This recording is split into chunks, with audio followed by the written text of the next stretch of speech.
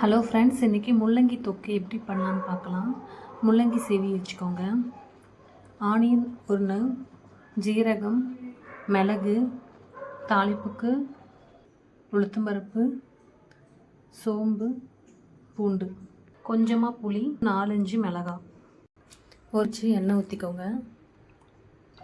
கடலைப்பருப்பு போட்டுக்கோங்க, உளுத்தம்பருப்பு போட்டுக்கோங்க, பெப்பர் போட்டுக்கோங்க, சீரகம் போட்டுக்கோங்க, சோம்பு போட்டுக்கோங்க.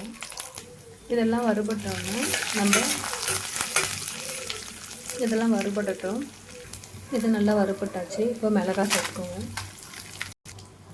பூண்டு சேர்த்துக்கோங்க, ஆனியன் சேர்த்துக்கலாம், வெட்டி வச்ச முள்ளங்கி சேர்த்துக்கலாம்.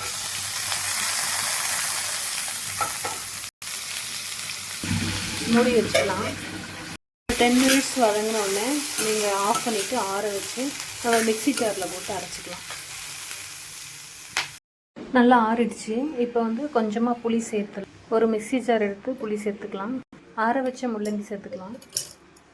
தேவையான அளவு உப்பு சேர்த்துக்கலாம். இப்போ மிக்ஸி பண்ணிக்கலாம். இப்போது மிக்ஸி பண்ணியாச்சு. இப்போ தாளிப்பு கொட்டிக்கலாம். இல்லை கொஞ்சமாக கீ ஊற்றிக்கோங்க.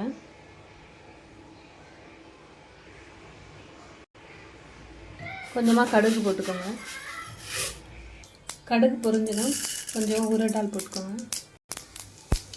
இப்போ பொன்னிறமாக ஆனோடனே நம்ம துவையல் சேர்த்துக்கலாம். நல்ல வாசமாக முள்ளங்கி துவையல் ரெடி ஆகிடுச்சு. நீங்களும் ட்ரை பண்ணி பார்த்துட்டு கமெண்ட்